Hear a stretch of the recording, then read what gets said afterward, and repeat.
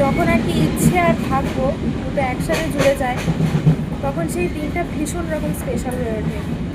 তো আজ আমাদের বিয়ের 1 বছর পূর্ণ হলো। ভেবেছিলাম আজকে কোথাও বেরোনো হবে না, কিছু সেলিব্রেট হবে না, সকাল থেকে সারাদিন এটাই ভেবেছিলাম। সেরকম কিছু রেডি হওয়ার মতো প্ল্যানিং ছিল আর কি। দুপুরবেলা বড় বলছে রেডি হয়ে থাকবে, বেরোবো সন্ধ্যেবেলা। কোথায় যাব জানি না, কোথায় যাবো অনেকবার জিজ্ঞাসা করেছি কোথায় যাব কোথায় যাব, একবারও কিন্তু বলেনি। তো এখন এই যে যাচ্ছি, এই যে ট্রেনে করে যাচ্ছি, কোথায় যাচ্ছি কিন্তু জানি না, কিন্তু কোথাও একটা যাচ্ছি। মনে মনে তো ইচ্ছা ছিল আজকে দিনটা একটু অন্যরকমভাবে কাটানোর, কিন্তু তার কাজের ব্যস্ততার জন্য আর কোনো কিছুভাবে প্ল্যানিং করা হয়নি আগে থেকে। দেখা যাক কোথায় যাওয়া যায়, তোমাদেরকেও দেখাবো। চলো, আমরা এখন চলে এসেছি শ্রীরামপুর স্টেশন।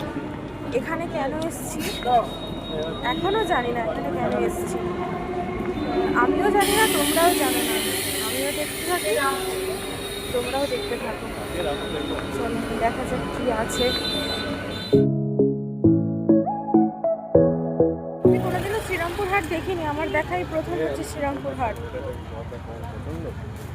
কি পছন্দ এইখানে সব অন্য, আমি ওই জ্যাকেট সোয়েটার খুঁজছি, আমি যেরকম পরে আছি। এখানে আসার কারণ বেসিক্যালি মার্কেটিংটা ঘোরার জন্যই যা বুঝছি আর কি। পুরো মার্কেটিং ঘুরে আমরা নিলাম হচ্ছে কাকার কাছে হাঁসির চর্বি দিয়ে তৈরি ঘুগনি, দারুণ ছিল। এরপর ছোলার ডালের বড়া গরম। তো এরপর এই রেস্টুরেন্টে গিয়ে 1 প্লেট মতো বিরিয়ানি পার্সেল করে নিয়ে ধরলাম বাড়ি। আজকের সন্ধ্যেটা আমাদের এমন সুন্দরভাবেই কাটলো। আজকের মতো এইটুকুই, হবে আবার কোনো এক নতুন কিছু নিয়ে। ভিডিওটি ভালো লাগলে একটি লাইক করে দিও।